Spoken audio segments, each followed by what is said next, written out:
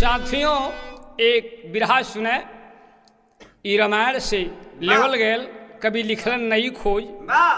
एक समय का बात साथियों, कैकेयी माई सीता के कहलिन का कहलिन बाबू, दोहा के लाइन में सुना मास्टर पहले अध्यय संदर्भ में। एक दिन कैकेयी महारानी बोली जनक सुता से बानी, हे बहुरानी एक मेरा है अरमान,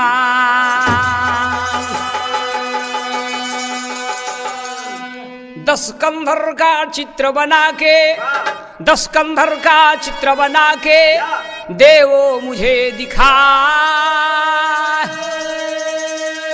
अंगूठा का निशान जान की फौरन दी बना।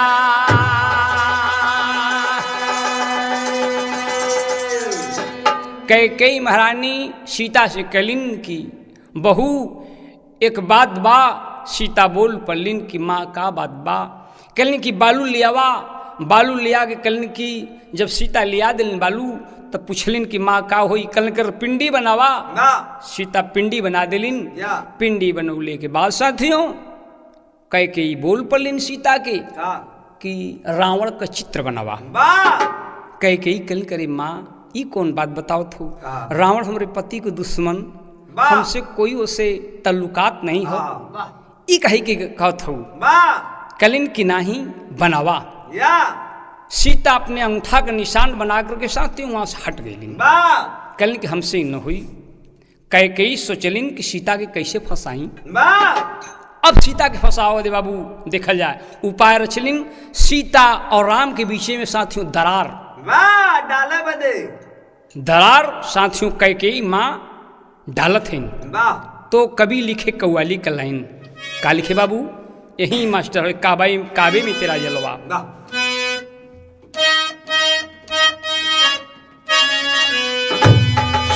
बाबा अरे काबे में तेरा जलवा,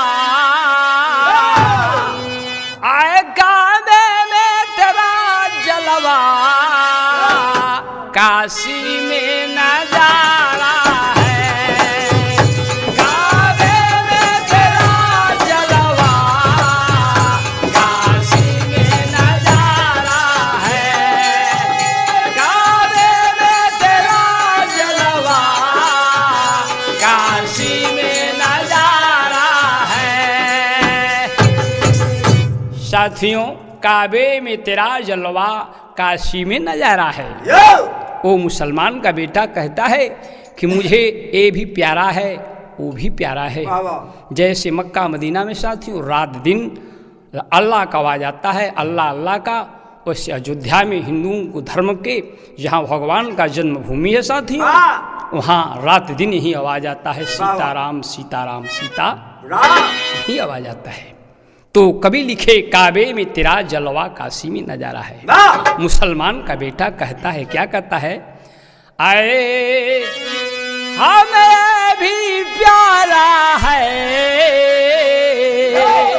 हमें भी प्यारा है, हमें वो भी प्यारा है, हमें भी प्यारा है, हमें वो भी प्यारा है, हमें भी प्यारा है, हमें वो भी प्यारा है।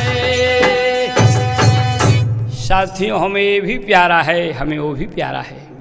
मगर बाबू दो लाइन हिंदू और मुसलमान के बीच में कवि का कलम सवारती है। क्या लिखे बाबू ये देखें कवि क्या लिखे। हिंदू के लिए पहला लाइन, हिंदू के आर हिंदू के लिए गीता,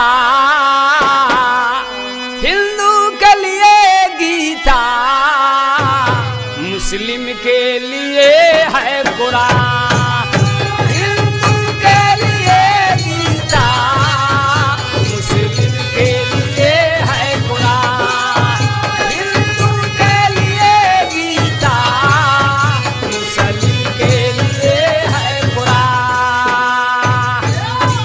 ए बाबू हिंदू के लिए गीता मुस्लिम के लिए है कुरान। वाह बड़ी ऊंची बात लिखी। इसी लाइन से कैकेयी सोच रही है कि मेरी बहू सीता जो है मेरी बात को ठुकरा दी, अब ओके फंसावे की चाहत हो। या उपाय लगावा लगली। उपाय साथियों कैकेयी लगा रही है। क्या लगा रही है? वाह क्या कथा बाबू? इसी लाइन से बजा बाबू। वाह आए आर सीता के हकीकत को, सीता के हकीकत को रानी ने विचारी है। सीता के हकीकत को रानी ने विचारी है।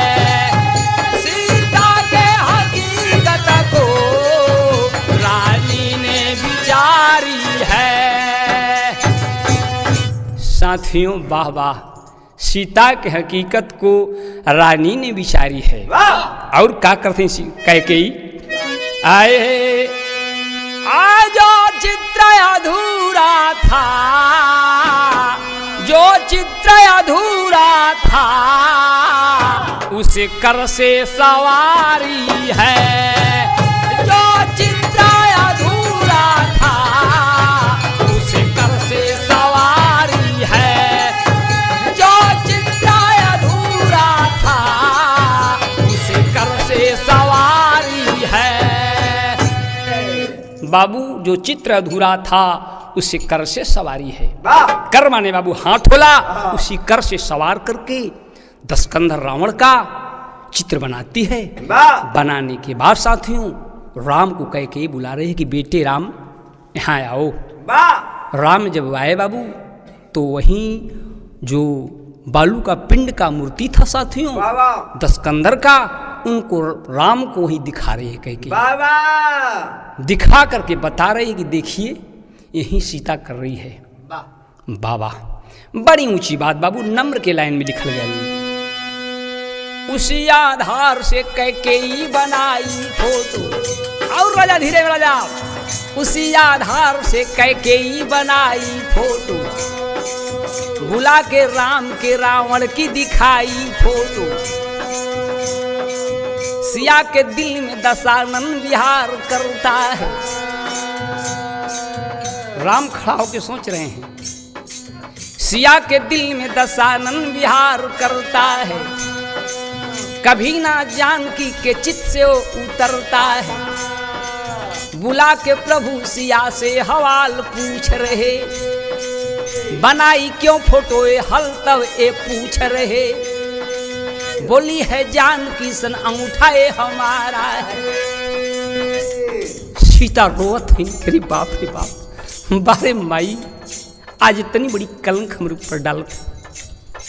राम का पैर पकड़ के सीता कथिन कि स्वामी ये सब बात जो है असत्य है, सही इसमें एक शब्द नहीं है। मगर राम बाबू उधर देखा माई पूरी तो धंस जाते हैं, इधर सीता कुरी जाते राम तो डूब के मर जा। बाबू किहर जा। बोली है जानकी सन अंगूठा ये हमारा है। बाकी कैकेयी ने हाथ से सवारा है। बाकी कैकेयी ने हाथ से सवारा है। बाकी कैकेयी ने हाथ से सवारा है। स्वामी ई हमार कुछ भी ना हो, ई माई बना के कैकेयी माई तोरे सामने पेश कैल, हम इनकार कर गेली स्वामी, खाली हमार अंगूठा का निशान। मगर बारे बाबू देखल जा, राम भी सोचा लगलन किधर जाई। तो बाबू सीता रोते हुए बाबू उस महल से, अयोध्या के नगरी से बाबू निकल के जब चले लगलिन तो बिरहा के टेरी में कवि कितनी ऊंची बात लिखी।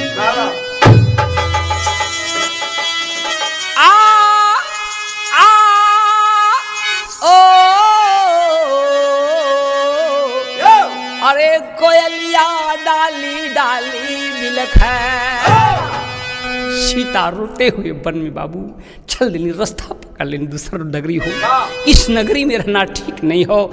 कई माई जब इतनी बढ़िया लाक्षणा लगौलिनी, जौने महल में बाबू, महल में 4 ठे बेटवा पतो न रह तो महल बेकार न हो। सीता निकल के महल से रोते हुए चल देली।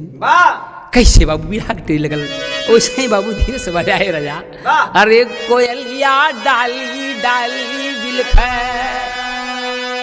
काली माँ जगी लाली माँ गई महल की लाली, कोयलिया डाली डाली, काली माँ जगी लाली माँ गई महल की लाली, कोयलिया डाली डाली, काली माँ जगी लाली माँ गई महल की लाली, कोयलिया डाली डाली बिलखै।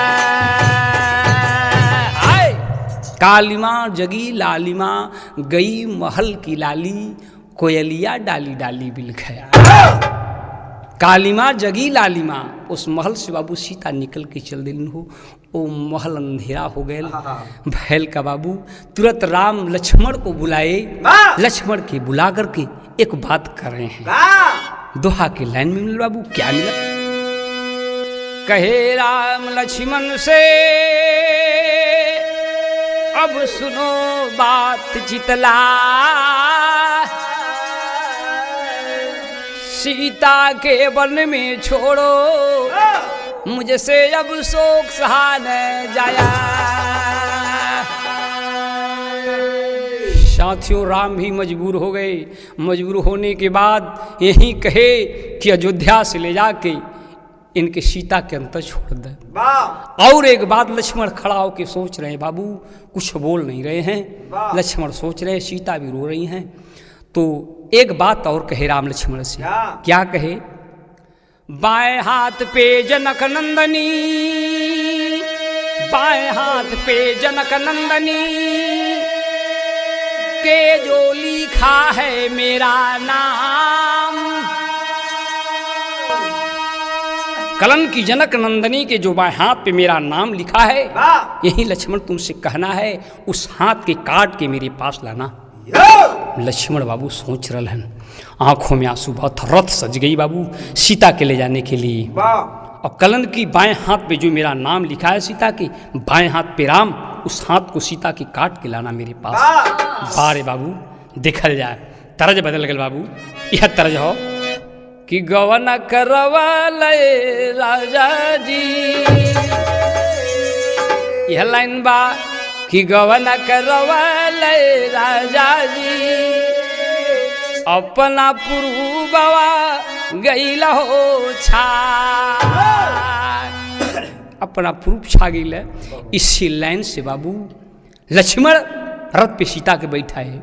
कहले का रथिया सजवालय लक्ष्मण, रथिया सजवालय लक्ष्मण, सीता के चाला हो बनाने लिया, रथिया सजवालय लक्ष्मण, सिया के चाला हो बनाने लिया, रथिया सजवालय लक्ष्मण, सिया के चाला हो बनाने लिया।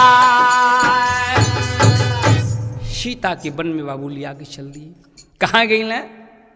अरे निर्जल विपिन में पहुँचे, निर्जल विपिन में पहुँचे, सिया के लियाई, जहाँ वाल्मीकि रहे कुटिया बनाई। निर्जन विपिन में बाबू सिया को लेके लक्ष्मण पहुँचे, और जाते जाते वाल्मीकि की कुटिया पर जब पहुँचल तो कहना का बाबू, अरे कुटिया के पास ले जा रोक दिए रथिया, अरे कुटिया के पास ले जा रोक दिए रथिया, सियतब रही बिलखा, कुटिया के पास ले जा रोक दिए रथिया, सियतब रही बिलखा, के पास ले जा रोक दिए रथिया, सियतब रही बिलखा। कुटिया के पास ले जाके बाबू रथ रोक दिए। सीता उतर गई बरगद के पेड़ के नीचे, सोचत है और कहलिन के लक्ष्मण, ए लक्ष्मण अब उधर का मुंह मुड़ावत है, भैया तो आर कहले रहा हाथ ले आव के बाया हाथ, अब काट ला ऐसा वक्त नहीं आई, नहीं तो कौन सा बात बतेबे तो उससे पूछियन तो कौन सा जवाब देबे। साथियों बारी लक्ष्मण सोचा लगलन, विदेशिया का लाइन मिला, लक्ष्मण रो के कहत कहन आए रथिया घुमा के लखन हरे कैला पयनावा हो, अरे मनवा में करल विचार नीरा मोहिया,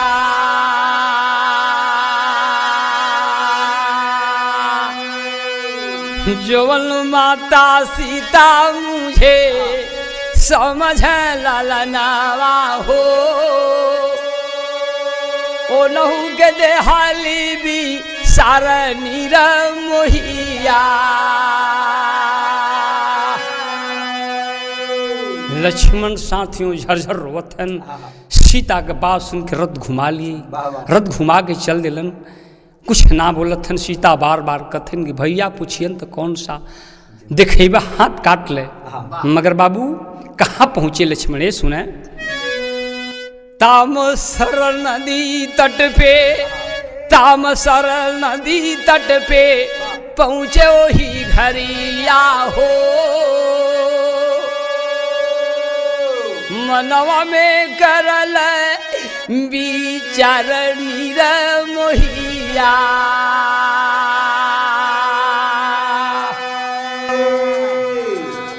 तामसर नदी तट पे पहुँचे लक्ष्मण, सोचलेंगे बहुत अच्छा स्थान बा, अगर यहाँ चीता भी लगा लेते जल भी जाब तो इसी गंगा में प्रवेश राखी हो जाई, पूरे भारत के जितने विश्व के दरिया हो सब दरिया में प्रवेश हमारा राखी हो जाई। सोचत है लक्ष्मण वहाँ रथ खड़ा के की बाबू एक तर्ज बदल गए, का सोचे कथन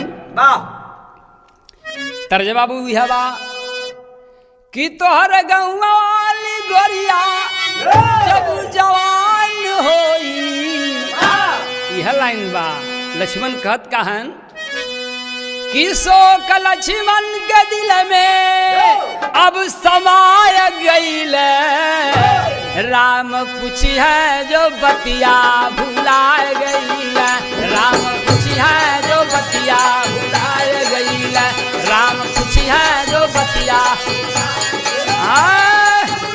गईला हो भुलाए, भुलाए गईला हो भुलाए गईल, राम पूछी है जो बतिया भुलाए गईल, राम पूछी है जो बतिया भुलाए गईल। बाबू लक्ष्मण सोचत है रो रो के और कहत कहन कैसे हम जईब जब अवध की नगरिया, राम सोच सोच रोत हैं कैसे हम जईब जब अवध की नगरिया, राम जब पूछिया कौन करबै जिकरिया, अरे लक्ष्मण का सारिया किलिया, लक्ष्मण का सारिया किलिया अब हेराय गई, राम पूछी है जो बतिया भुलाए गई, राम पूछी है जो बतिया भुलाए गई, राम पूछी है जो बतिया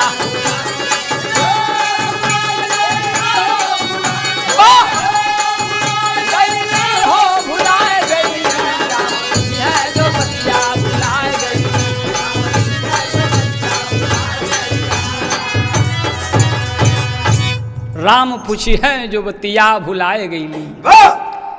और कहत कहाँ लक्ष्मण कि जीने से अच्छा है, जीने से अच्छा है अब मुझे मर जाना,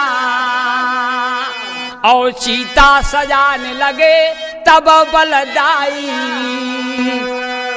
लक्ष्मण कथमन की जीने से अच्छा है मर जाना, इसलिए कि भैया राम पूछियन के हथवा कहाँ बा, कौन जवाब दे, कौन जवाब दे, कौन सा चीज दिखाई। बा तो लक्ष्मण रो के कथन कि जीने से अच्छा है मुझे मर जाना, और चीता सजाने लगे तब बलदाई।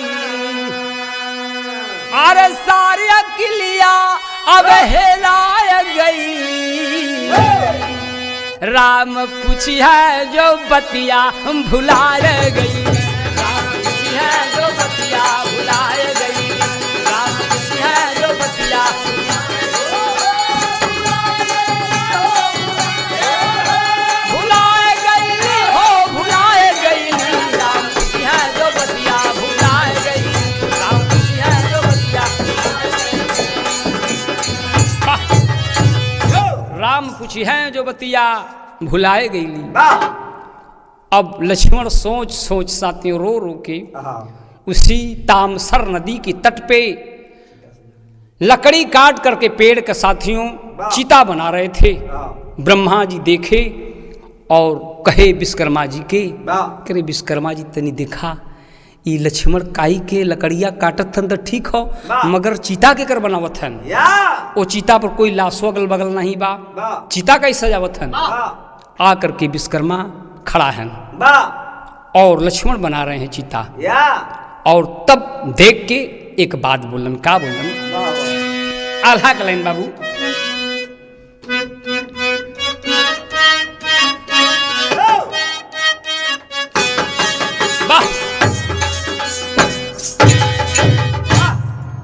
अरे पेड़वा का लकड़ी रहला काट के जुटा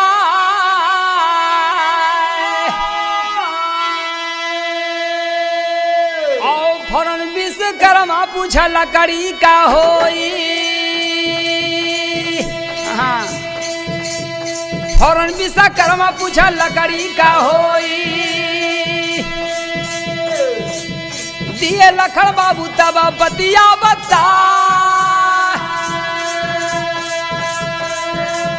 भेदवा समझ विश्वकर्मा जी बोले माना मोरा बतिया धिया नवा लगा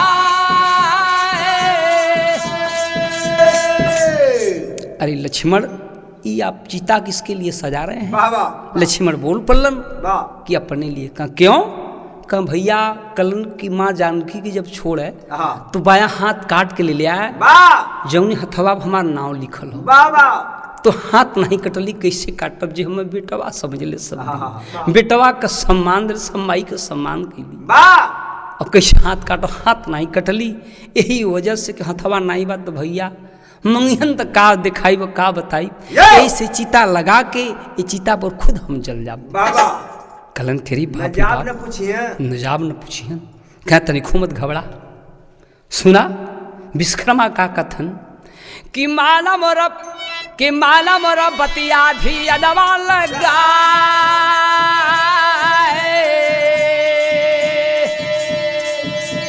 माला मोरा बतिया भी अदवा लगा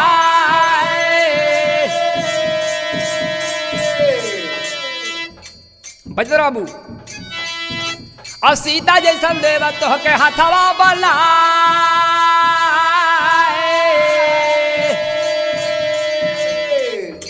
और सुंदर रचनवा हो विश्वकर्मा कैला और सुंदर रचनवा हो विश्वकर्मा कैला और सीता जैसा देला तब हथवा बना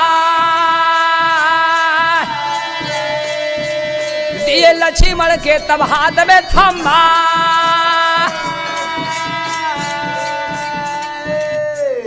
साथियों बना करके सुंदर हाथ सीता जैसा विश्वकर्मा जी साथियों लक्ष्मण के हाथ में दे दी। लक्ष्मण बड़े खुशी हुए कि वाह वाह मुझे मर जाने की कगार पर अरे कगार पर जाने से विश्वकर्मा जी बचा दिए। उसी समय हाथ लेकर के लक्ष्मण विश्वकर्मा जी को बाबू प्रणाम किए वहां से पयान कर दिए। खड़ी कलाई मिल बाबू वाह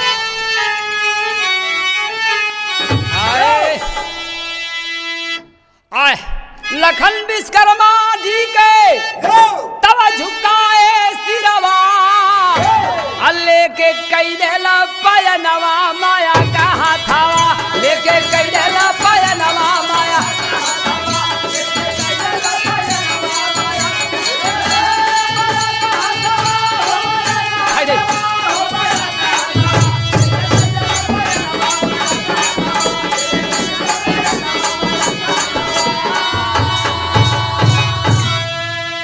बाबा लेके कई देहला पैनवा माया का हथवा वाह दिए लक्ष्मण हाथ तब राम के थमाई और देख करके चक्री तब हुए रघुराई।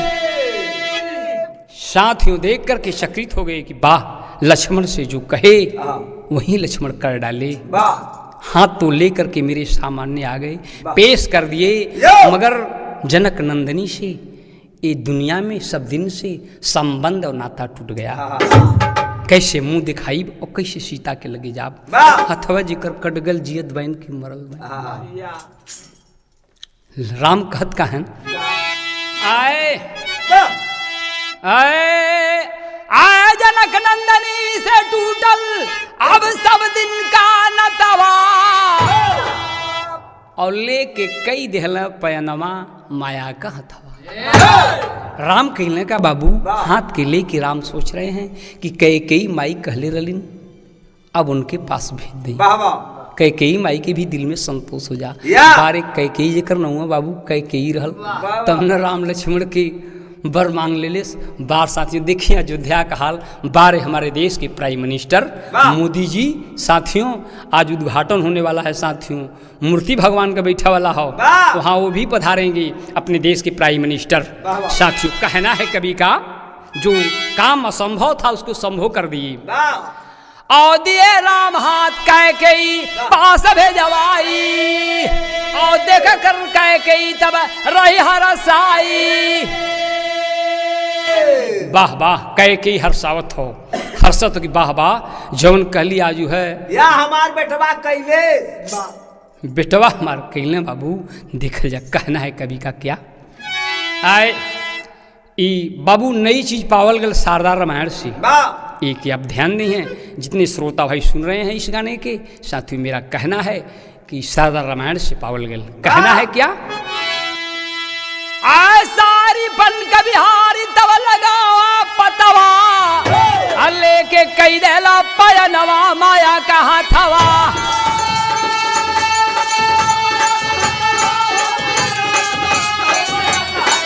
लेके कई देला पयनवा माया का हाथवा लेके कई देला पयनवा माया का हाथवा।